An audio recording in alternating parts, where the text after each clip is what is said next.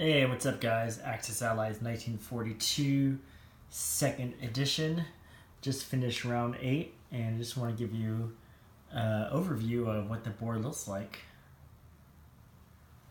as we get ready to start round 9. Okay, so Russia began the turn by putting some units in Ukraine.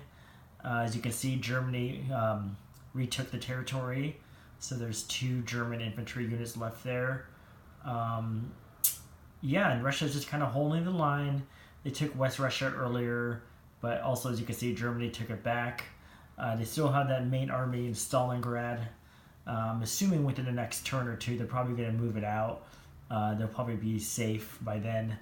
Don't know if the Germans will be able to attack it ever again after Germany pulled out of Ukraine. So yeah, they went on the offense a little in Asia, not too much, but they're definitely holding their ground still. Germans actually had a good round. They took some territories. Maybe it's probably too late by now though.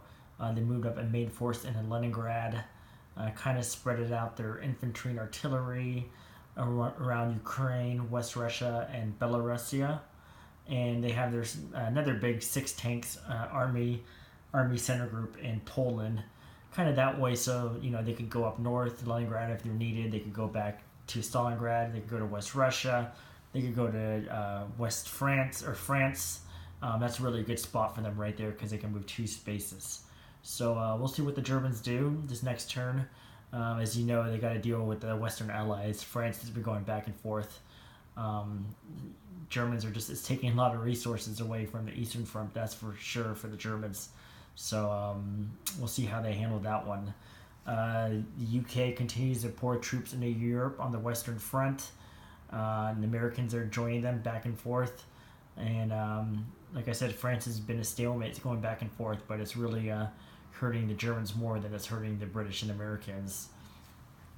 In India, the garrison there is still looking good. They're going to probably move out soon. Japan did not attack Burma this round. So we'll see what the UK does with those 2 tanks. They may just all meet up in Burma and create one big army there. So UK's still doing good.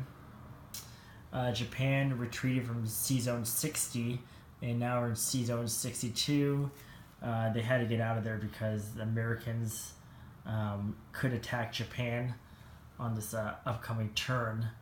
Regardless, they did it because they actually have a better chance of surviving than they did in 60, because if they left their Navy parked in 60, America could have brought these fighters from West US over there to join the attack. So at least the Japanese Navy now is safe for at least a turn, but probably not much longer. It's just a matter of time before that Navy is sunk to the bottom of the ocean.